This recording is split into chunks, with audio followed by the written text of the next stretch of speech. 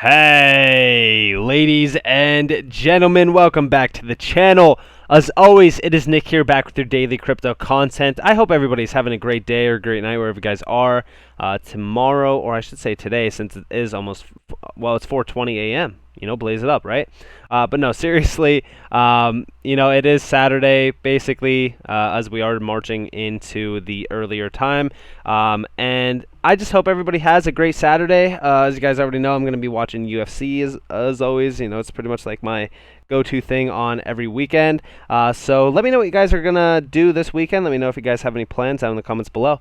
But nonetheless, let's jump into this juicy Hbar content. So first and foremost, tweet coming from King Solomon, XRP_owl. Basically, he's saying Hbar is a top 5 coin and one of the only coins that he believes can usurp Bitcoin during this decade. That's right, by 2030, at least. Now, when we talk about this, right, I've talked about the idea that utility will flip Bitcoin. And I've said this multiple times, and I strongly believe it, and I still will believe it. It's the idea that a lot of people are still married to their Bitcoin bags. They think that Bitcoin is the future. They still think that Bitcoin's going to be the revolutionary technology that's utilized around the world. And I don't know. Me personally, I just still think that we are marching to have a utility market at some point in time. I think that Hbar definitely does have the potential to pretty much, conquer Bitcoin. And I think Bitcoin will suddenly and soon start to fade away. I think utility tokens are the future. I still think that utility tokens will drive value more and more than what Bitcoin has ever done for the crypto market. It's just, it's plain obvious knowledge of what utility really does. Now, he also believes that we have 2 bull runs left this decade. He also says that I believe crypto will hit close to $20 trillion as a whole market cap by the end of this decade, conservatively. And I do agree with that. I even think that, by the end of this bull run, we could see a $7 to $10 trillion market cap for crypto overall. And then he said, you do the math. Now, I strongly agree with him on this. Unbiased opinion, I'm just saying, Hbar has the power to pretty much do what every other asset in this game is doing, just on a wider and huger scale, right? And I've said this, time and time again. I sound like a broken record at this point, but what Hedera is trying to accomplish isn't trying to compete with any other asset in this game. It's not trying to be the next Bitcoin. It's not trying to be the next Ethereum. It's not trying to be the next anything. That is why when I see, arguments saying, well, what about ADA? What about this? What about that? Listen, Hbar's in its own realm. Stop comparing it to any other asset. You cannot compare it. You can't. All right? The reason why I say this is because Hashgraph technology isn't your typical blockchain technology. And I strongly believe that Hashgraph technology is the future of what's to come for crypto. I even, heard Mance and Lehman both say that at some point in time they could see a lot of assets and a lot of crypto projects pretty much moving on to the Hashgraph.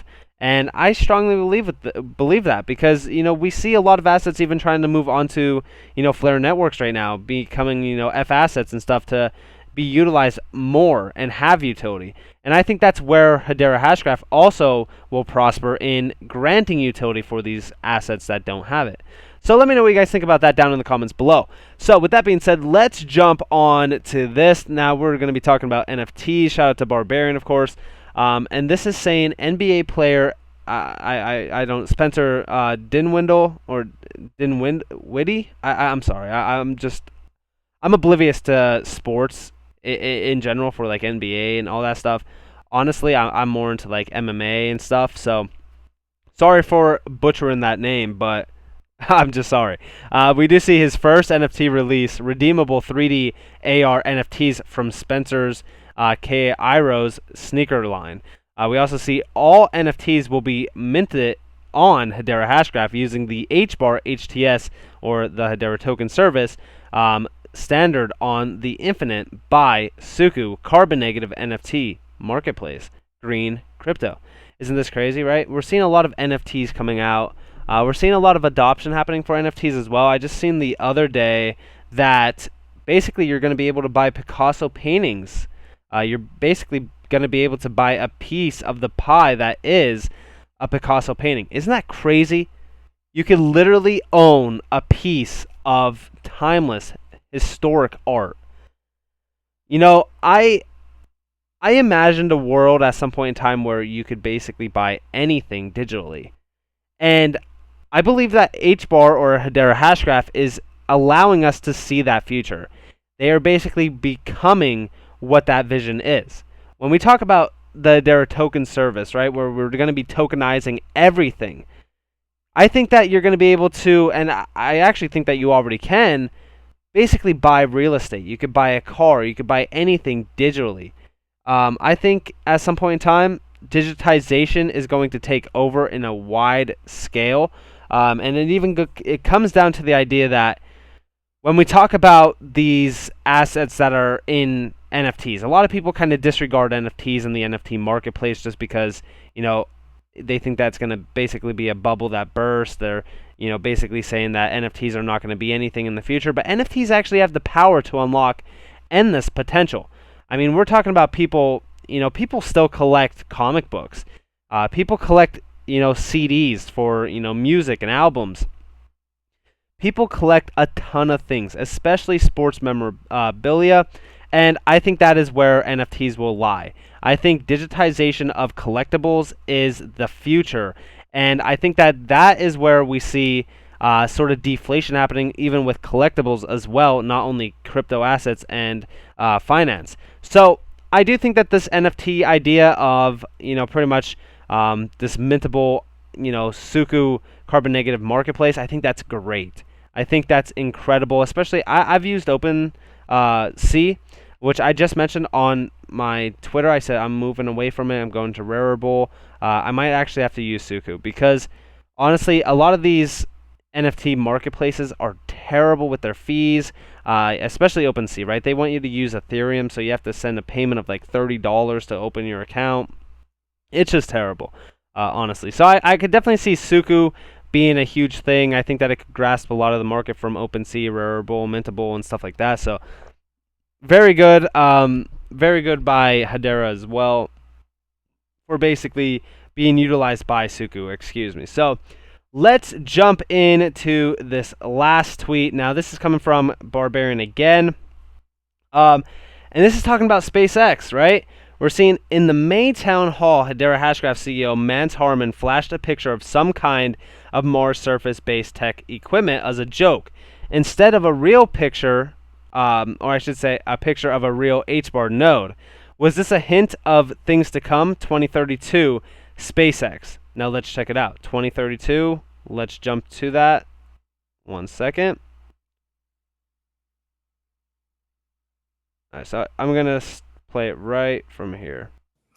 Mance, can you please show us a picture of an active node? I am very curious to see what a node operator infrastructure will look like.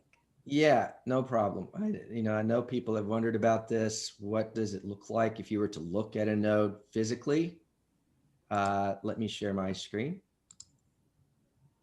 That's it. That's what a node looks like. Now, actually, it probably looks something sort of like this.